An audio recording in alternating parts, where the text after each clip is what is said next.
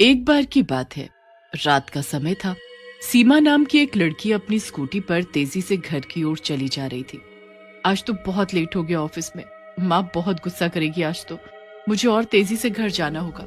सीमा अपनी स्कूटी की स्पीड बढ़ा देती है, लेकिन तभी सामने से एक ट्रक तेजी से चला आ रहा होता है। इससे पहले सीमा कुछ समझ पाती, वो ट्रक सीमा को जोर से टक्कर मारकर वहां से भाग जाता है। सीमा रोड पर गिर जाती है और दर्द से तड़पने लगती है। आह, बचाओ मुझे, मेरे हाथ पांव दोनों टूट गए हैं। आह, बचाओ, नहीं तो मैं मर जाऊंगी। सीमा की चीखें सुनकर वहां काफी लोग इकट्ठा हो जाते हैं, लेकिन सीमा की कोई मदद नहीं करता। तभी वहां एक एम्बुलेंस आती है जिसे राजू और दीनू चला रहे होते हैं। वो दोनों सीमा को स्ट्रेचर पर लिटाते हैं और लेकर चले जाते हैं। अरे बाप रे दीनू, इस लड़की की हालत तो बहुत खराब है। लगता है ये बच नहीं पाएगी। सही कह रहे हो, इतने एक्सीडेंट देखे लेकिन इतना भयानक कभी नहीं। ये तो पक्का मरेगी। तभी दीनू के मन में एक भयानक ख्याल आता है और वो बोलता है, भाई एक बात बोलूं, अगर तू गुस्सा ना कर, मैं तो कह रहा हूँ ये लड़की मर तो रही ही है, क्यों ना इसके शरीर के अंग बेच दे, हमें अच्छा पैसा मिल जाएगा। दीनू की बात सुनकर राजू मुस्कुराते हुए कहता है, सही बात कह रहे हो दीनू भाई, इसे मरना तो है ही, क्यों ना हमें अमीर बनाकर ही इस दुनिया से जाए। राजू और दीनू की बात घायल सीमा सुन रही होती है। सीमा उन दोनों से बोलती है, कितने दुष्ट हो तुम दोनों, मैं तुम्हारी शिकायत करूंगी, छोड़ूंगी नहीं तुम दोनों को।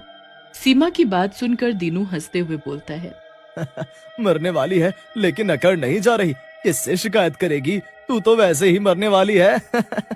फिर रामू और दीनू सीमा को लेकर एक हॉस्पिटल जाते हैं।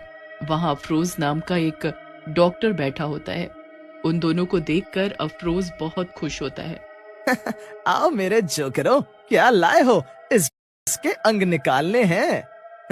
डॉक्टर साहब आप भी बहुत मजाकी आओ, इस बार का माल देखो, इसका एक एक अंग आपके काम का है, बहुत पैसा मिलेगा हमें। फिर अफरोज सीमा को बेहोश होने का इंजेक्शन लगा देता है और सीमा को ऑपरेशन करके उसके शरीर के अंग निकाल लेता है। सीमा मर जाती है। ऑपरेशन के बाद अफरोज रामू और दीनू को पैसे देते हुए कहता है, वाह दीनू और रामू, इस बार तो तुम सचमुच बहुत बढ़िया बॉडी लाए हो, इसके सारे अंग बढ़िया हैं, इनका अच्छा पैसा मिलेगा बाजार में, लो तुम भी इस बार ज्यादा पैसे लो। आपकी इस बात पर तो हमें प्यार आता है डॉक्टर साहब, बेईमानी का काम भी ईमानदारी से। हाँ।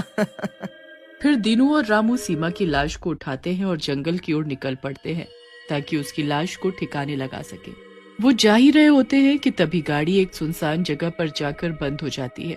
अरे ये एम्बुलेंस चलते चलते बंद कैसे हो गई? तभी गाड़ी की भी सारी लाइट्स बंद हो जाती हैं और दीनू को लगता है जैसे कोई उसका हाथ जोर से पकड़ रहा हो। दीनू डर के मारे जोर से चिल्लाता है, बचाओ बचाओ, कोई मेरा हाथ काट रहा है, बचाओ। तभी वहां लाइट आ जाती है। राजू गुस्से में दीनू से बोलता है, क्यों चिल्ला रहे हो दीनू, किसी को पता चल गया तो वो हमें जिंदा नहीं छोड़ेगा। मैं सही कह रहा हूँ राजू, कोई मेरा हाथ काट रहा है। अच्छा मेरे चमन, अगर कोई हाथ काट रहा है तो निशान भी होगा ना हाथ पर, लाओ दिखाओ कहाँ है निशान। निशान तो नहीं है, लेकिन कोई ना कोई काट रहा था मुझे। फिर दीनू और राजू सीमा की लाश को एक जंगल में फेंक कर चले जाते हैं। दीनू और राजू इतने पैसे मिलने से बहुत खुश होते हैं और जी भर कर अय्याशी करते हैं। वो एक बार में जाते हैं और नाचने लगते हैं। मजा आ गया दीनू भाई, इस बार के सामान में पैसे अच्छे मिल गए। सही कह रहे हो, उस लड़की के अंगों का अच्छा पैसा मिल गया हमें। राजू और दीनू नाच रहे होते हैं कि तभी दीनू को वही सीमा लड़की दिखती है। पहले तो वो उसे नजरों का धोखा समझकर कुछ नहीं बोलता। तभी दीनू को जोर से थप्पड़ लगता है और वो गिर जाता है। मत मारो मुझे माफ कर दो, मत मारो। दीनू की हालत देखकर बार में बैठे और लोग भी हंसने लगते हैं। राजू दीनू को वहां से लेकर उसके घर की तरफ भाग जाता है। दीनू तुम कुछ दिन आराम कर लो, लगता है काम करके थक गए हो, नहीं तो एक दिन पागल हो जाओगे। फिर राजू दीनू को घर में सुलाकर वहां से चला जाता है। दीनू सो रहा होता है, तभी उसके सपने में सीमा चुड़ैल के रूप में आती है और बोलती है, दुष्ट, मुझे मेरा दिल वापस दे, नहीं तो मैं तुझे जिंदा नहीं छोड़ूंगी। ऐसा कहकर सीमा दीनू का गला दबाने लगती है।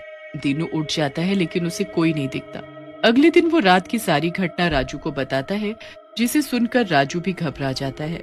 दीनू तेरी बातें सुनकर तो मुझे भी डर लग रहा है, हमें डॉक्टर अफरोज से इस बारे में बात करनी चाहिए और सीमा के दिल को ढूंढना होगा। फिर राजू और दीनू डॉक्टर अफरोज से मिलने के लिए उसके हॉस्पिटल जाते हैं, लेकिन अफरोज के हॉस्पिटल के सामने बहुत भीड़ लगी होती है। अरे ये हॉस्पिटल के सामने इतनी भीड़ कैसी? क्या हुआ हॉस्पिटल में? कहीं अफरोज पकड़ा तो नहीं गया? राजू शुभ शुभ बोल, वो पकड़ा गया तो हम भी मरेंगे उसके साथ। पुलिस वाले बहुत मारते हैं भाई। फिर राजू और दीनू हॉस्पिटल के अंदर घुस जाते हैं। हॉस्पिटल में अफरोज की लाश पड़ी होती है और उसकी लाश में से दिल गायब होता है। राजू वहाँ खड़ी नर्स से पूछता है, अरे नर्स जी, ये डॉक्टर अफरोज को क्या हो गया और उनके शरीर की ऐसी हालत? पता नहीं भैया, रात में किसी ने इनको मारकर इनका दिल चोरी कर लिया। पता नहीं कौन था वो, जिसे बिल्कुल दया नहीं आई, मार दिया इन्हें। फिर राजू और दीनू चुपके से अफरोज के केबिन में घुस जाते हैं और उसकी डायरी को उठा लेते हैं और डायरी उठाकर हॉस्पिटल से बाहर आ जाते हैं। राजू डायरी देखने लगता है और खुश हो जाता है। दीनू भाई, अपना काम बन गया। इस डॉक्टर अफरोज ने जिसे जिसे अंग लगाए हैं उसका पता इनमें दिया है। फिर उस रात दीनू और राजू एक साथ दीनू के घर पर ही सो जाते हैं। रात में सीमा चुड़ैल के रूप में वहां आती है और दीनू को उठाकर पटक देती है। दीनू जोर से गिर जाता है। अरे मार डाला, मेरी कमर टूट गई, मुझसे तो उठा भी नहीं जा रहा। आह! दीनू का चिल्लाना सुनकर राजू भी उठ जाता है और सामने चुड़ैल को देखकर घबरा जाता है। चुड़ैल, मुझे छोड़ दो, मत मारो मुझे। उन दोनों को डरा हुआ देख चुड़ैल हंसते हुए बोलती है, बहुत डर लग रहा है। उस दिन मेरे अंग बेच रहे थे, तब ये डर कहाँ था? अब मैं तुम्हें जिंदा नहीं छोड़ूंगी। तभी दीनू बोलता है, लेकिन चुड़ैल जी, अगर आपने हमें मार दिया तो आपके दिल का पता कौन बताएगा?